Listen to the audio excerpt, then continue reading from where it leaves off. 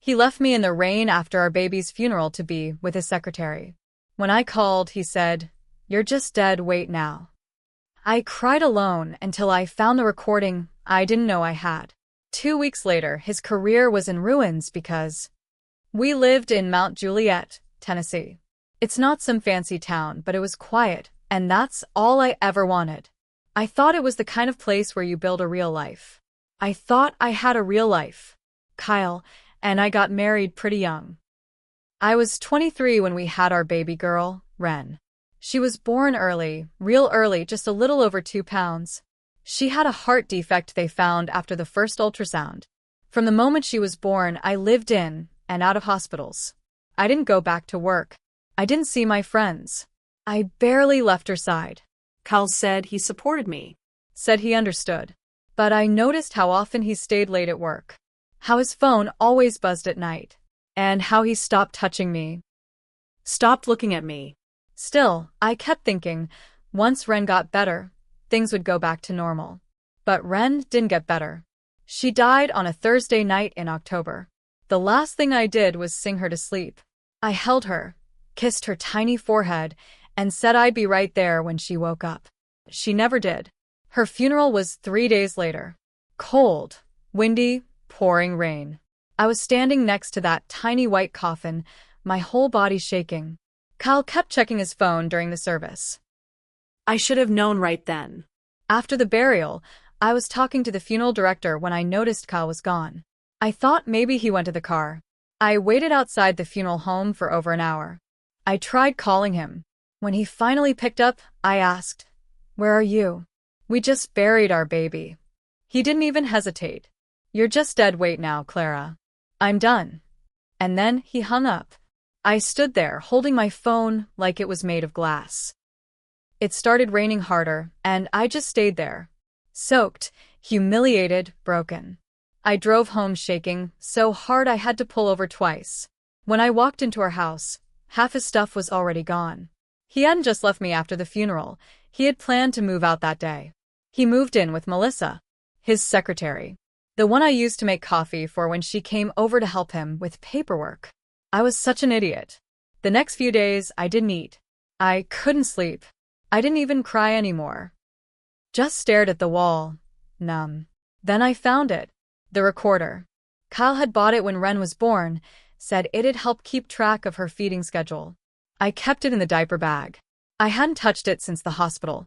I turned it on without thinking, just wanting to hear her voice. What I heard instead made my skin crawl. It started with background noise, machines beeping, nurses walking in and out. Then I heard Kyle. He was talking to Ren, but it wasn't sweet. It was sick. "You won't remember this, sweetheart," he said in this fake soft voice, "but your daddy's going to be so much happier soon. She's not what she used to be. Aunt Melissa's going to take care of daddy now. She's fun. She's not boring like mommy. She doesn't cry all the time." He laughed. Like it was funny. Like my grief was a punchline. Then came the worst part. "She'll probably crack after you're gone. Maybe I'll get lucky, and she checks into a psych ward. I'll get full custody if we ever have another. God knows she can't handle being a mom." I sat there, frozen, my hand over my mouth. He wanted me to break, to disappear. I didn't break. I got angry. I made copies of the recording. Then I looked up the board of directors for the company Kyle worked at, a Nashville-based real estate investment firm. He was their VP of development. I still remembered his email password. He used the same one for everything. His dog's name. I got into his inbox. I found everything. Emails to Melissa. Plans to move into a condo paid for with company money. Him leaking internal reports to help her brother's contracting firm. A full trail of corporate fraud. And then I remembered something else. 2 weeks earlier, Kyle had mentioned the company was about to close on a major government-funded housing deal. A multi-million-dollar contract. I knew what to do. I drafted an anonymous email. Attached the voice recording. Attached the emails. The financial records. Everything. I sent it to the board, their legal team, and a few local business journalists I found online. Then I waited. 3 days after I sent the email, the silence broke. I got a call from a number I didn't recognize. I didn't answer, but they left a voicemail. It was one of the board members, an older man named Glenn I'd met once at a holiday party. His voice was clipped, angry. He said, "We need to talk about what you've sent us. If this is true, there are serious consequences coming." I listened to that message 3 times. By the next morning, Kyle's company released a vague public statement saying their VP of development was taking a leave of absence to address personal matters. I knew what that meant. They were trying to figure out how to clean up the mess quietly. I wasn't done. I forwarded the same package of evidence to a reporter from the Tennessean. Her name was Marissa. She had written pieces before on real estate fraud and shady contracts. I didn't include my name, just said, "This is about to be buried. Don't let it." She replied within an hour. That Friday, the story broke. Whistleblower exposes corruption in major Nashville housing deal. She didn't name Kyle, but people figured it out fast. The company's offices were swarmed with media. By Monday, Kyle's name was trending locally on Twitter. Then the city council got involved. The housing deal was frozen pending investigation. And that wasn't even the best part. Someone leaked the recording. I didn't do it. I was planning to, but someone at the company must have gotten angry enough to send it to the press. It went viral. Kyle's voice. Talking about me cracking. Calling his dead daughter a way out. The internet exploded. That was the day Melissa deleted all her social media. Kyle's LinkedIn disappeared a few hours later. I didn't hear from him for days. Then one night around 10, my phone rang. His number. I let it go to voicemail. I played it. His voice was trembling. "Clara, you need to stop. Please." I lost everything. Melissa left. The board fired me. They're freezing my accounts. The feds are sniffing around my tax filings. You made your point. Just please stop. You're ruining me. I stared at my phone for a long time. Then I laughed. A deep, bitter laugh I didn't know I had in me. I didn't return his call. But he wasn't done. A few days later, I saw his car parked across the street from my house. He just sat there. For over an hour. Watching. Like I was supposed to feel sorry for him now. That night, I installed a security camera and called a friend of mine from college. Her brother works for the local police. I filed for a restraining order the next morning. After I filed the restraining order, I thought maybe that would be the end of it. It wasn't. A week later, I went to start my car in the morning and found a dead bird on the windshield. It was fresh. Feathers still wet from the rain. It hadn't flown into the glass. It had been placed there. Underneath it, tucked under the wiper blade, was a photo. A picture of Wren. One I'd posted on Facebook a few months before she passed. Her tiny hand curled around my finger. No note. No message. Just that. I didn't even scream. I just stood there, shaking, holding the edge of my car door until my knuckles went white. I took the photo to the police. They couldn't prove anything. No fingerprints, they said. Could have been anyone. But I knew. And I think the cop who took my report knew too. He looked uncomfortable, like he wanted to say something but didn't. That's when I realized Kyle was unraveling. He wasn't just angry, he was scared. And scared men do stupid things. I started being more careful. I stayed with my cousin for a few nights. Parked in different places. Kept my phone charged. Made sure people knew where I was. Then Melissa's brother got arrested. It showed up in the Tennessean under a different headline, but I recognized the name. He was being charged with fraud and misappropriation of public funds. It was connected to the same housing deal. From what I could tell, Kyle had used his position to sneak Melissa's brother into a multi-million-dollar subcontract. They faked paperwork. Inflated costs. Someone higher up must have flipped. The article said federal prosecutors were now involved. That meant Kyle was next. Then it hit me he was going to try and spin this. He might even try to blame me somehow. So, I sent a second package. This time to the FBI's Public Corruption Office. All the recordings, emails, plus the threats. I even included the photo of the bird and Wren's picture. Said I feared for my safety. I never heard back directly, but within a week, Kyle was served with a federal subpoena. A neighbor told me they saw a couple of guys in suits knocking on his condo door. Then he disappeared. Melissa showed up on my porch one morning. I opened the door, and she looked ruined. Hair mess. Eyes swollen. Her voice cracked. "I didn't know," she said. "I swear to God, Clara, I didn't know how bad it was. I thought he was just leaving a bad marriage. I didn't know about the recording. About what he said. I didn't say anything." She looked down at her hands. "He lied to both of us." I wanted to scream at her, slap her, but all I felt was tired. I told her, "You helped him lie. That's enough." She nodded. She didn't cry, just turned around and left. And I went back inside.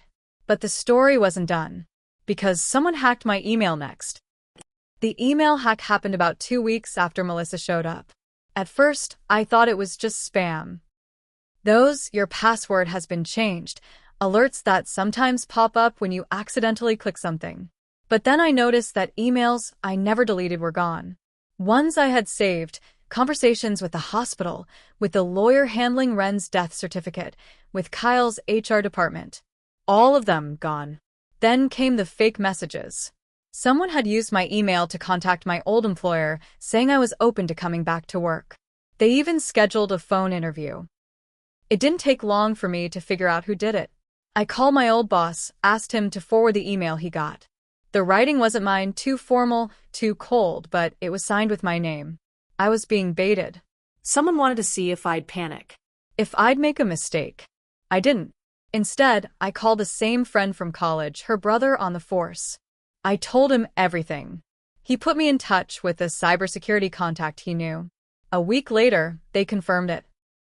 The hack had come from an IP address linked to a condo in downtown Nashville. Kyle's condo. Now the feds had that too. I didn't hear from Kyle for a while after that. But then, something unexpected happened. A letter showed up in my mailbox. No return address, but the handwriting was familiar, his. It was a full-page apology. But not the kind you give when you're truly sorry. It was a threat wrapped in guilt. He wrote, "You've taken everything. You made me a public disgrace. The money's gone, the job is gone, Melissa's gone. I hope you're happy sitting in that empty house with nothing but your pain to keep you warm. But if I go down, Clara, I'm not going alone. I've got things saved too. Things that could change how people see you. People don't know everything about you either." He signed it, "Let's not make this uglier than it has to be." I took that letter straight to the police. They scanned it for prints, added it to the growing file. My restraining order was updated and extended to include electronic harassment. But more than that, it confirmed something I'd been hoping for. Kyle was scared. He didn't know what I still had. And the truth was, I had more than he could guess. I hadn't sent everything. I'd kept screenshots, backups, voicemails, even receipts from a dinner he charged to the company card for Melissa's birthday, during Ren's last week alive. And now that he was under federal investigation, every one of those things mattered. And I wasn't done playing. After the letter, things moved fast. The FBI called me. This time, it wasn't just a forwarded form or silence. A real agent. He wanted a meeting. I went in with everything I had, files, backups, voice memos, even the printed emails Kyle tried to erase. They listened, took notes, asked questions. When I left the building, I felt lighter than I had in months. I didn't know how long it would take, or what would happen next, but I knew I'd done my part. A month later, Kyle was arrested.